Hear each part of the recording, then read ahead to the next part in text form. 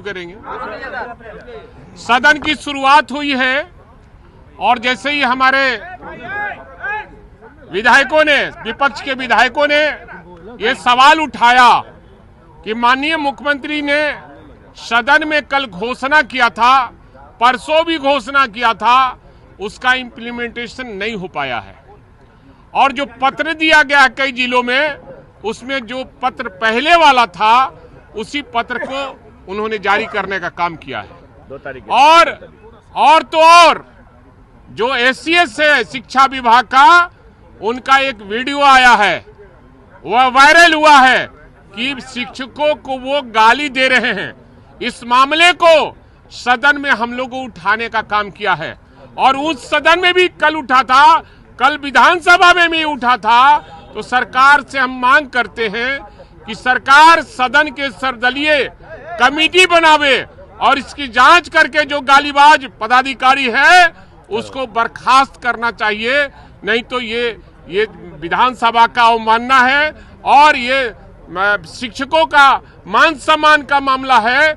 और कोई भी पदाधिकारी अपने राज्य की जनता को या शिक्षकों को गाली देता है, इससे बड़ा अपमान क्या हो सकता है। इसी मुद्दे को लेकर हम विपक्ष आज सदन में इसी मामले को उठाए थे कि गालीबाज जो पदाधिकारी है उसको बर्खास्त किया जाए और मुख्यमंत्री का जो घोषणा हुआ है वो सदन की संपत्ति होती है और सदन में घोषणा जो होता है उसका इम्प्लीमेंट नहीं हो पाया है।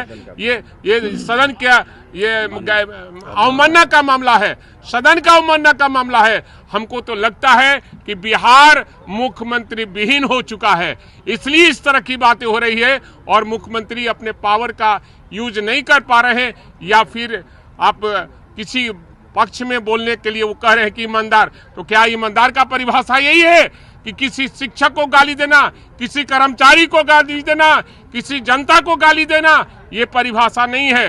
वो कितने ईमानदार हैं, जांच करा लिया जाएगा तो पता चलेगा वो कितने ईमानदार हैं और कितने क्या हैं। इसलिए हम लोगों ने बहिष्कार किया है सदन का, सभी विपक्ष के लोगों ने।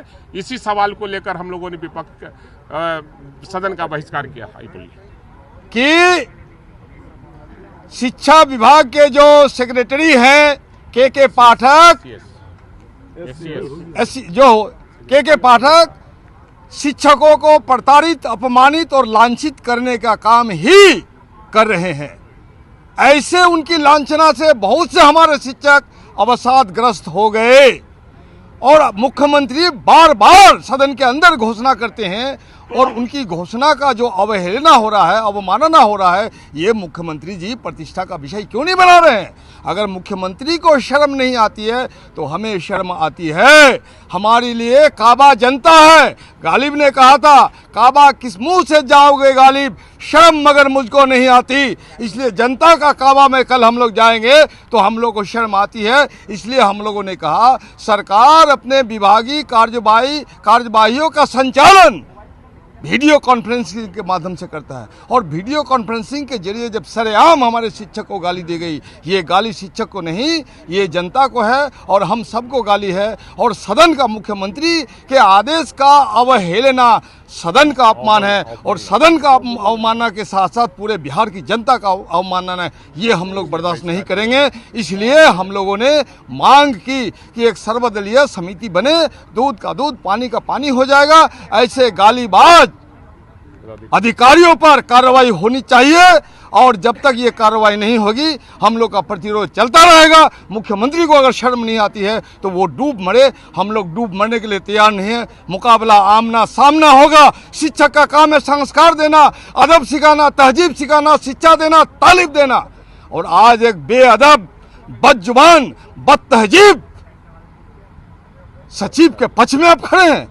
के जैसा बदतमीज, बदजुबान सचिव को बिहार की जनता कहीं नहीं बर्दाश्त करेगी। सड़क पर मुकाबला होगा, आमना सामना, उसे तमीज सिखा दिया जाएगा। लेकिन बिहार विधानसभा में तमीज सिखाने की जिम्मेदारी जो हमको सौंपी है हमारे तमाम विधायकों को, उसको बखूबी हम लोग निभाने की कोशिश कर रहे हैं शानदार तरीके से। और इसीलिए हम लोगों ने इसके विरोध में तमाम विपक्षी पार्टी जो राजद है, कांग्रेस है, CPI-ML है, CPI CPM है, हम लोग ने एकजुट होकर इसका विरोध किया। और आप लोगों के माध्यम से पूरे जनता को हम संदेश दे रहे हैं, ये प्रतिरोध विरोध चलता रहेगा। बहुत बहुत शुक्रिया, धन्यवाद।